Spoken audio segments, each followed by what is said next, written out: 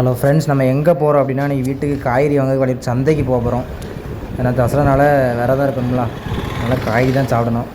வழியிலுக்கு வந்தாச்சு நம்ம, அதனால் காய்கறி வாங்குறதுன்னு சொல்லிட்டு சந்தையில் வந்தாச்சு. நல்லா ஃப்ரைடேனால நல்லா கூட்டம் அன்றைக்கி. கடையை தேடி போகிறதுனால வாங்கிட்டு பார்த்தோம். கேரட்டை பார்த்தோம், அதில் கேரட்டை தூக்கி உள்ளே போட்டாச்சு. ஆட்டையை போடுதுன்னு நினைக்காதையே, நாங்கள் கேரட்டு தான் வாங்கி எடுத்து வைக்கோம். எல்லாம் வாங்கிட்டு கணக்கு சொல்கிறதெல்லாம் வாங்கணும்னு சொல்லிட்டு அப்புறம் பார்த்தா உள்ளியை ஒரு கிலோ வாங்கிட்டு அதையும் தூக்கி பைப்பில் போட்டு தக்காளி பழம் பார்த்தோம். அம்மைக்கு பார்த்தா நமக்கு எதுவும் தெரியாது. அம்மைக்கு பார்த்தோம், சும்மா அம்மா பார்த்து எடுத்துட்டு கொடுத்து பைசெல்லாம் கொடுத்தாச்சு. அப்படியே அடுத்த கடைக்கு போனால் அடுத்த பீன்ஸு அதையும் தூக்கி பைப்பில் சொரியாச்சு. போட்ட இடத்துல ஒரு முட்டை கோசு தூக்கி போடுக்குள்ளே பைப்பில் அதை தூக்கி பைப்பில் அதையும் போட்டாச்சு. போட்ட இடத்துல பார்த்து எதுவும் வாங்கலாமான்னு சொல்லிட்டு அடுத்த அங்கே வேறு எதுவும் இல்லை. சரி, வாங்கினதுக்கு மட்டும் பைசா கொடுத்துட்டு கிளம்பிட்டோம்.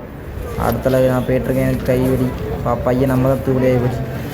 நமக்கு போகிற இடத்துல பண்டை வாங்கியாச்சு. சிப்ஸு அதுன்னு வாங்கி எல்லாம் ஒரு கடையில் ஒதுக்கி வச்சுருக்கோம் நமக்குன்னு.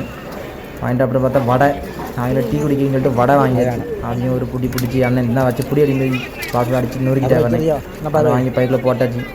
போட்ட இடத்துல பார்த்தா நம்ம பழம் ஆசை வந்துட்டு அதை அப்படியே தூக்கிட்டு வாங்கிட்டு வண்டி எடுத்தாச்சு. வீட்டுக்கு வர வேண்டியதானே. அப்படி பைக்கை ஸ்டார்ட் பண்ணிட்டு வீட்டுக்கு வந்தாச்சு. பார்த்துட்டுங்க, வீட்டுக்கு வந்து எல்லாம் வச்சிருக்க கரலத்துக்கு நம்ம நைஸாக விடுவோமா, ஒரு 2 பழத்தை நம்ம ஒதுக்கி நம்ம நைஸாக எடுத்து வந்துட்டோம். அங்கே இருந்தால் தின்னுபிடுவாங்க. அதான் நான் தூக்கிட்டு வந்துட்டேன். நைஸ் போல் நமக்கு தான் இது ஒன்றுமே பண்ண முடியாது. நம்ம நாளைக்கு தின்றுறோம், அவ்வளோதான்.